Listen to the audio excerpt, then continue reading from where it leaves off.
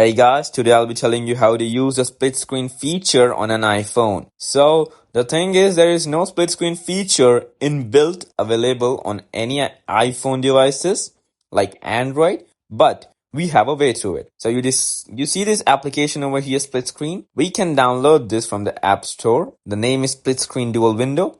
We can just search it up, split screen. The first one that pops up is the one that you have to download. Once you download this is the window that you'll come through. So this app just gives you like a example of how the split screen feature will look like in an iPhone. You can just play around with it. I'll open Instagram down over here and Google above. I'll search something up. Cristiano Ronaldo hat trick, just for an example. So yeah, this is how it works. The Reels option, let's see if it works efficiently. Yep, even the Reels option works efficiently. There is no issue. So yeah, this is the app. It's like just an example for you to how the split screen feature will look like in an iPhone. So you can download it from the App Store and just get along with it. You can even use it for your daily use if you want to.